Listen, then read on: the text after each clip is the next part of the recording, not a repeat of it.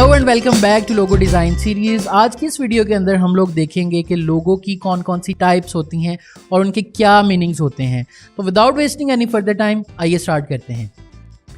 Last video के अंदर हम लोगों ने देखा कि लोगो क्या होता है और उसकी क्या इंपॉर्टेंस है।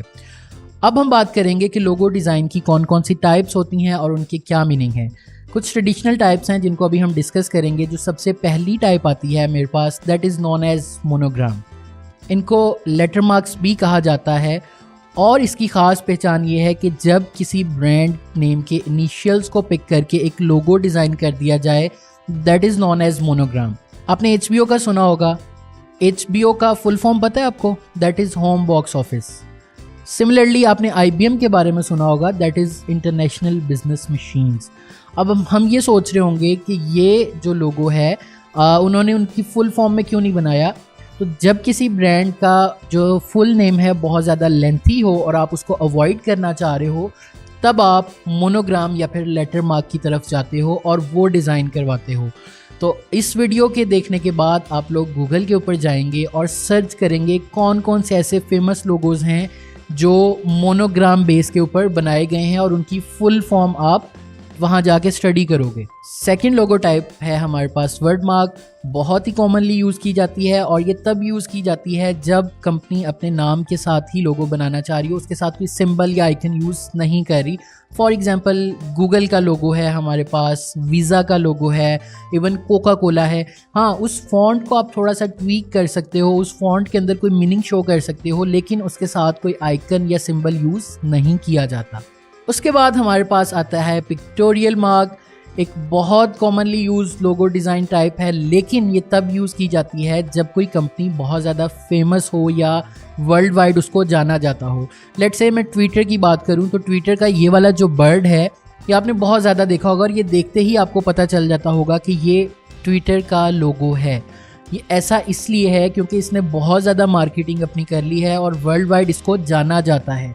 अब अगर वो अपना टेक्स्ट जो है अपने लोगो के अंदर यूज़ ना भी करें तो उनको फ़र्क नहीं पड़ता, क्योंकि ये जो आइकन है इसी से पहचाना जा सकता है। सिमिलरली हम एप्पल की बात करें तो एप्पल अपना जो टेक्स्ट है वो ना भी यूज़ करे तो जस्ट ये वाला लोगो देख के लोग इसको पहचान जाते हैं कि ये कंपनी क्या करती है, ये किस कंपनी का लोगो है।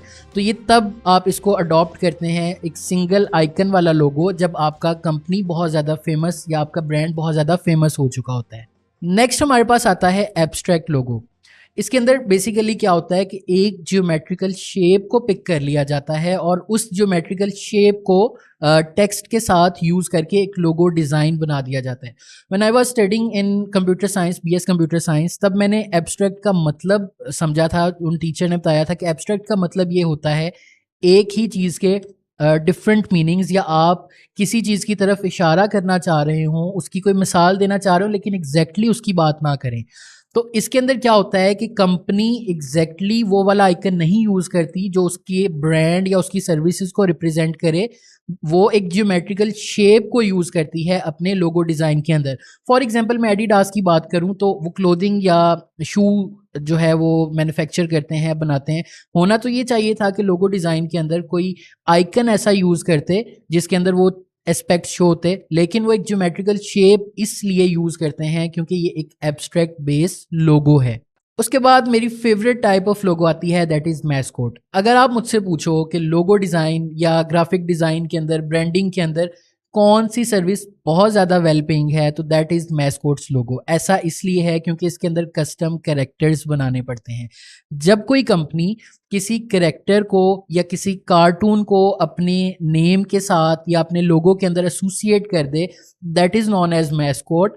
आप सबसे पहले एक कैरेक्टर को सोचते हो, उसको स्केच करते हो, उसके बाद उसको इलस्ट्रेटर में या किसी भी डिजिटल सॉफ्टवेयर के अंदर ड्रा करके उस कंपनी को दे देते हो। फॉर एग्जांपल KFC अपने जो फाउंडर है उनका वो जो पिक्चर है वो यूज़ करती है। आप चीटोज़ आपने खाए हो तो उसमें जो चीता एक कैरेक्टर है वो यूज़ करते हैं अपने लोगो या अपनी ब्रांडिंग के अंदर।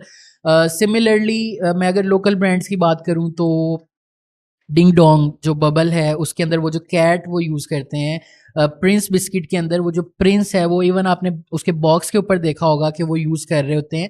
तो इस तरह की मल्टीपल एग्जांपल्स हैं जहाँ पे कंपनी जो है वो अपने नेम के साथ या अपने लोगो के अंदर एक करेक्टर को एसोसिएट कर लेती है और फिर वो थ्रू आउट जब तक उसकी ब्रांडिंग होती है तो वो साथ चलता है उसके। तो इन टाइप्स ऑफ लोगों को हम मैस्कोट्स कहते हैं। मैस्कोट्स तब यूज़ किए जाते हैं जब आपने कोई फन एलिमेंट शो करना होता है, आपने कोई बच्चों से रेलेवेंट चीज़ दिखानी होती है, या कोई एंटरटेनमेंट लाइक कोई आइसक्रीम शॉप है, या फिर आप कोई लेट्स से कोई पार्क का लोगो डिज़ाइन कर रहे हैं, या फिर कोई प्ले लैंड का लोगो डिज़ाइन कर रहे हैं, वहाँ पे मोस्टली यूज़ किया जाता है। Here comes the most in demand logo type, that is combination mark. 95% of the time combination mark को ही यूज़ किया जा रहा होता है और इसकी पहचान ये है कि एक टेक्स्ट और उसके साथ कंबाइंड कोई आइकन यूज़ किया जाता है। तो अभी तक हमने जितनी लोगो टाइप्स देखी उनमें एक या एक से ज़्यादा जो टाइप्स हैं उनको अगर मैं कंबाइन कर दूं तो वो एक कम्बिनेशन मार्क बन जाता है। लेट्स से मैं वर्ड मार्क और पिक्टोरियल मार्क को कंबाइन कर दूं तो that is combination mark. Even abstract का जो आइकन यूज़ करते हैं हम उसके साथ टेक्स्ट यूज़ करते हैं, दैट इज़ कम्बिनेशन मार्क। और बहुत सारे ब्रांड्स कम्बिनेशन मार्क को प्रेफर करते हैं। अगर आप किसी क्लाइंट को कहते हैं कि वर्ड मार्क बनवा लो, लेकिन अगर उसको आइकन चाहिए तो वो कम्बिनेशन मार्क की तरफ ही जाएगा। कम्बिनेशन मार्क के अंदर कोई भी रिस्ट्रिक्शन नहीं है कि आपने ज्योमेट्रिकल शेप ही बनानी है। आप एग्जैक्टली वो कंपनी जो काम करती है, जो सर्विसेज देती हैं, उसका आइकन भी ड्रा कर सकते हो। आप कोई ज्योमेट्रिकल शेप भी यूज़ कर सकते हो। लास्टली कम्बिनेशन मार्क के अंदर आइकन भी यूज़ किया जाता है और टेक्स्ट भी यूज़ किया जाता है। उसके बाद हमारे पास लोगो टाइप आती है एम्बलम। अगर मैं आपको कहूँ कि याद करें अपने स्कूल या कॉलेज या फिर यूनिवर्सिटी का लोगो, तो कुछ इस तरह का लोगो आपके माइंड में आएगा।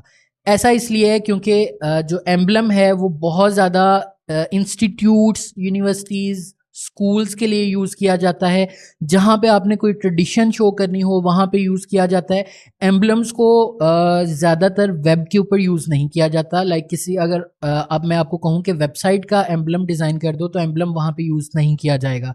अगर मैं आपको कहूँ कि किसी क्लोथिंग ब्रांड का एम्बलम डिज़ाइन कर दो तो वहाँ पे ये एप्लीकेबल है, क्योंकि आपने मोस्टली देखा होगा कि वो एक अभी तो ट्रेंड बहुत कम हो गया, पहले ये होता था कि वो बैजेस लगे होते थे कपड़ों के ऊपर, वो बैजेस को एम्बलम ही कहते थे हम। इवन क्लास के अंदर जो मॉनिटर या सीआर होता था उसको एक बैज दिया जाता था जो लगा के बड़ी शोखियाँ मारता था क्लास में, वो एम्बलम ही होता था जो बैज वो लगाता था। तो that is known as emblem और इनको यूज़ किया जाता है जहाँ पे आपने कोई ट्रेडिशन शो करना हो। तो ये थी ट्रेडिशनल लोगो टाइप्स। अगर आप इनको नहीं भी याद रख पा रहे तो कोई मसला नहीं है, लेकिन एक दफ़ा गो थ्रू करना ज़रूरी था, तो मैंने इसके ऊपर एक वीडियो क्रिएट की। अभी हम चलते हैं फाइवर के ऊपर और वहाँ पे जाके देखते हैं कि कौन से ऐसे लोगो टाइप्स हैं जो आजकल ऑफ़र किए जा रहे हैं। देखो ये जो ट्रेडिशनल लोगो टाइप्स आपने पढ़ी हैं, इन्हीं से आगे यूज़र मेड लोगो टाइप्स हैं जो आजकल इन डिमांड हैं। तो चलते हैं ज़रा फाइवर के ऊपर और देखते हैं। जी, तो मैंने ओपन कर लिया है फाइवर को और here I search logo design.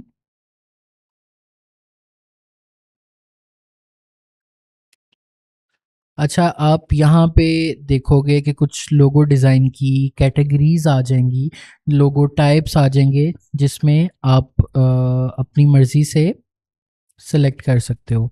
सो मैं यहाँ पे मैनुअली जाता हूँ ग्राफिक डिज़ाइन और इसमें हम लोगो डिज़ाइन के अंदर जाते हैं। सो ये देखो मिनिमलिस्ट आ जाता है। मिनिमलिस्ट समटाइम कम्बिनेशन मार्क भी होता है, ये वर्ड मार्क भी होता है। उसके बाद हैंड ड्रॉन आ जाता है। इसमें एक बड़ी फेमस फाइवर के ऊपर लोगो टाइप हुई थी, दैट इज सिग्नेचर लोगो।